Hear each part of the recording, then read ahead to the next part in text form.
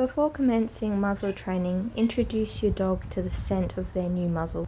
Food-motivated dogs may enjoy having food scatters near their muzzle just to make it a non-event. Dave is suspicious of food near new equipment, so he's only eating this because he's used to the muzzle already.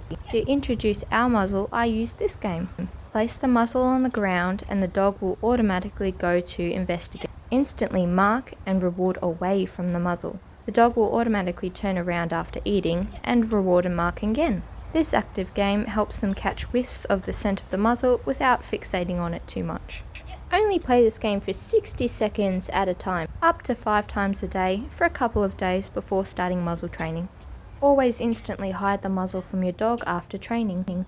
To start training, make sure all the straps are pulled away from the opening of your muzzle. This leather basket muzzle is not only bite-proof, but it's also comfy and breathable.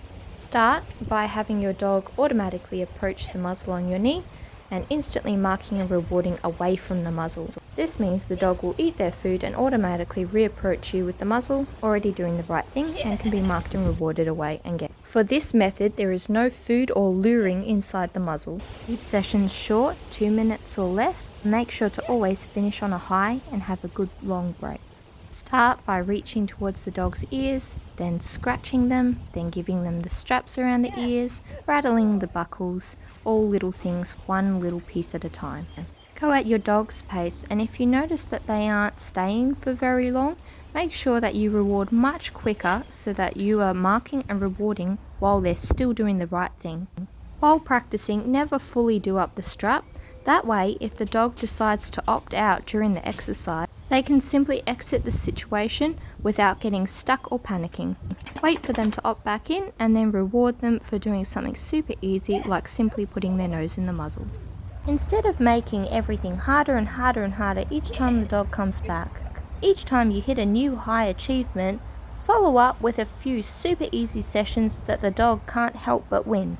Then slowly build back up to where you were and try and progress a little bit harder that time. That way the dog's confidence is not crushed and they always feel like everything is super achievable with random difficulty. To introduce pressure on the top of the nose, the bridge, I hold the muzzle out in front of me and let gravity do the work. For this, I mark and reward for the very smallest bit of pressure on the top of the nose. The top of a dog's nose can be super sensitive, so I don't make this too difficult. If your dog balks or gnaws out of frustration, simply wait, move the muzzle slightly out of the way and start again. Reward for super easy work. When progressing to strapping up your dog's muzzle, some dogs really benefit from having treats put through the slots in the muzzle. Remember to never fully strap up your dog's muzzle, just fasten it enough that it holds, but you can release it at a moment's notice.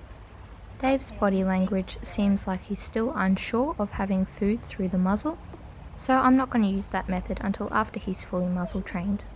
If your dog is highly food motivated, chances are they're really going to enjoy having food put through the muzzle instead. I made a mistake here by reaching for my food prematurely, so I've just waited to take the muzzle back off again before showing him the food, hence the balking. Remember to keep going back to super easy difficulty again after each good progression. We had plenty of breaks throughout this training session to go play and do other things, and I highly recommend doing the same. Some dogs will take days or weeks to get to this stage, as Dave did too. Here, when Dave opts to put on the muzzle, I wait for him to be completely ready, put the straps around his head, and allow him to take a little step back and return to me to have the muzzle removed again. He actively engaged with me, his tail was loose and wagging, and while he was still alert and a little bit tight-bodied, he seemed a lot more relaxed than when I tried putting food through the slots. For this reason, I think he might be a little bit more relaxed, slowly building the duration without having me putting my hands up in his face. Here he steps back again, checks back with me, has the muzzle removed and gets released. And this is where we decided to leave our training session for the day. He opted into the muzzle, had it on, loose-bodied, tail wagging, engaged with me, not trying to take it off, not rubbing it. I was rubbing his head, patting him, took the muzzle off and released him with a massive jackpot of food, hid the muzzle away from him, and we went about our day.